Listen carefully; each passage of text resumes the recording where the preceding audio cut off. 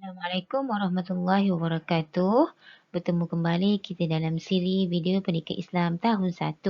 Hari ini kita akan belajar sirah di bawah tajuk Kelahiran Kekasih Allah Subhanahu wa Ta'ala.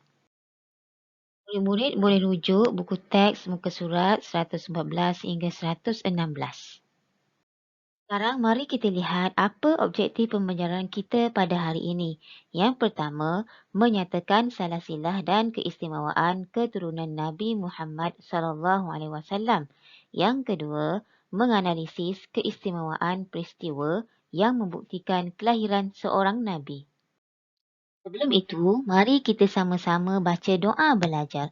Doa penerang hati. Rabbi syrahli sadri wa yassirli amri wahlul 'uqdatam min lisani yafqahu qawli. Maksudnya, ya Allah, lapangkanlah dadaku, memudahkan bagiku urusanku dan lancarkanlah lidahku agar mereka faham pembicaraanku. Amin. Amin ya rabbal alamin. Okey murid-murid, siapakah kekasih Allah Subhanahu Wa Taala? Ya, kekasih Allah Subhanahu Wa Taala ialah Nabi Muhammad sallallahu alaihi wasallam. Murid-murid nak kenal siapa kekasih Allah? Jom kita baca biodata kekasih Allah Subhanahu Wa Taala. Yang pertama, nama kekasih Allah ialah Muhammad bin Abdullah ataupun yang lebih kita kenali sebagai Nabi Muhammad sallallahu alaihi wasallam. Yang kedua, tarikh lahir, birthday. Birthday Nabi ialah pada Isnin 12 Rabiul Awal tahun Gajah. Isnin 12 Rabiul Awal tahun Gajah. Yang ketiga, tempat lahir. Kalau kita macam di hospital, Nabi lahir di Mekah.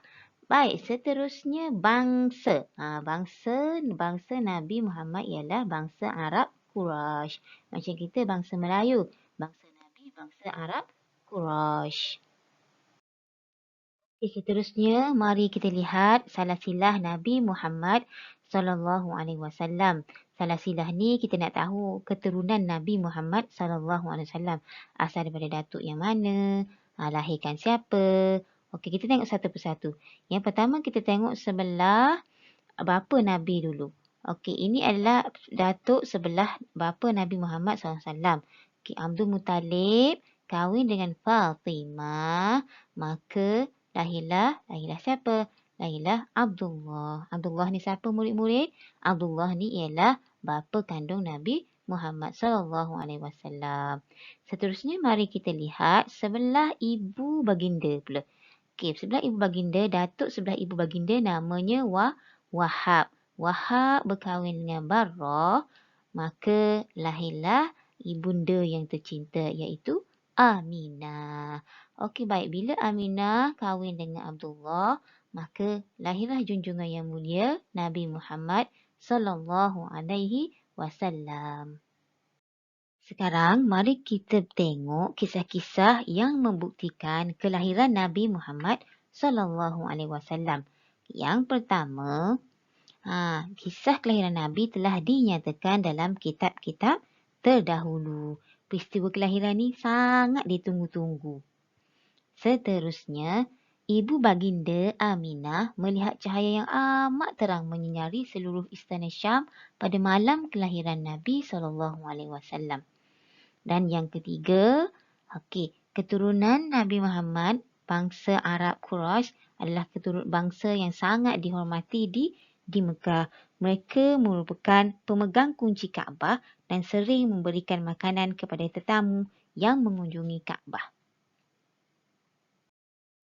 Baik, kalau tadi kita baca kisah yang membuktikan kelahiran Nabi Muhammad SAW, sekarang mari kita lihat peristiwa yang terjadi sebelum Nabi Muhammad SAW lahir.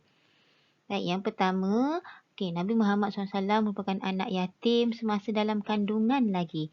Ayah baginda Abdullah meninggal dunia ketika baginda masih dalam kandungan. Apabila dilahirkan, datuk baginda Abdul Muttalib membawa baginda ke Kaabah dan menamakannya Muhammad yang bermaksud yang terpuji. Seterusnya, selepas baginda lahir, seperti kebanyakan penduduk Arab yang lain, Nabi Muhammad SAW dibesarkan di sebuah perkampungan yang bernama Bani Sa'ad. Baginda disusukan oleh Halimatus Sa'diyah. Jadi, ibu susu baginda bernama Halimatus Sa'diyah. Nabi Muhammad SAW merupakan seorang kanak-kanak yang sangat disayangi. Kerana apa? Kerana akhlak Nabi yang sangat mulia. Sejak kedatangan Nabi Muhammad SAW, kehidupan penduduk kampung dilimpahi keberkatan. Baik, kenapa Nabi Muhammad disusukan oleh Halimatus Sa'diyah di perkampungan? Memang tradisi orang Arab dahulu, mereka akan membawa anak yang dilahirkan untuk disusukan di kampung. Kerana apa? Mari kita tengok sebab-sebabnya. Okey, antara sebab yang pertama ialah udara dan budaya hidup yang sihat. Di kampung, udara dan budaya masih lagi terjaga. Tapi kalau di bandar-bandar Mekah, budaya dah bercampur aduk. Okey, supaya apa? Supaya Nabi Muhammad SAW sihat tubuh badan dan membentuk jati diri yang kuat. Okey, sebab yang kedua ialah suasana kampung. Suasana kampung kerana apa? Kerana supaya Nabi Muhammad SAW fasih berbahasa Arab.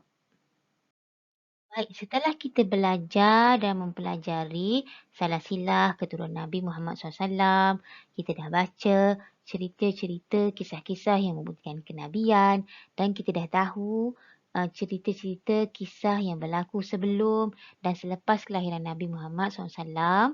Rumusan yang kita buat pada hari ini ialah Nabi Muhammad SAW ialah insan yang dipilih Allah Subhanahu Wa Taala dan mempunyai sangat banyak keistimewaan. Jadi, untuk sebagai menunjukkan kecintaan kita kepada Nabi Muhammad SAW, marilah kita sama-sama memperbanyakkan selawat kepada junjungan mulia Nabi Muhammad SAW. Allahumma salli ala Sayyidina Muhammad.